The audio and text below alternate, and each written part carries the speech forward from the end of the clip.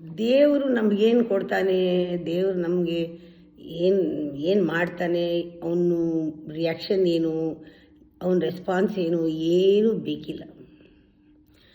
ನಿಮ್ಮಲ್ಲಿ ಕಾಮರಹಿತವಾದ ಪ್ರೇಮ ಹುಟ್ಟಿದ್ರೆ, unconditional love, ಅದು ಒಂದು ತಾರಕಕ್ಕೆ ಹೋಗಬೇಕು. ಆ ಪ್ರೇಮ ಅಷ್ಟು ಅವನನ್ನು ಪ್ರೀತಿಸಬೇಕು. ಅಲ್ಲಿ ಒಂದು ಭಕ್ತಿ ಅನ್ನೋದು ಅದು ಎಕ್ಸ್ಪ್ಲೋಡ್ ಆಗುತ್ತೆ, ಆ ಪ್ರೇಮ ಎಕ್ಸ್ಪ್ಲೋಡ್ ಆಗುತ್ತೆ. ಅದನ್ನು ಅನುಭವಿಸ್ಬೇಕು ನಾವು. ಅದರಲ್ಲಿ ಎಷ್ಟು ಆನಂದ ಇರುತ್ತೆ, ಎಲ್ಲದರಲ್ಲೂ ಆನಂದ ನೋಡ್ತೀವಿ. ಮಧುರಾಧಿಪತೆ ಅಖಿಲಂ ಮಧುರಂ. ಅವನು ಭಕ್ತಿನ ಡಿಮಾಂಡ್ ಮಾಡಲ್ಲ.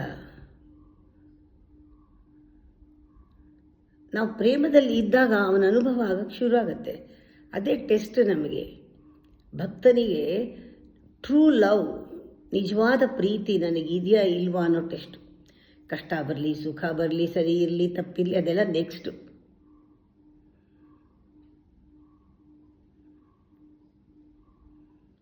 ಆಗ ತನ್ನಷ್ಟಕ್ಕೆ ಆ ಭಗವಂತನ ಸ್ನೇಹಕ್ಕೆ ನಮಗೆ ಯೋಗ್ಯತೆ ಬರುತ್ತೆ.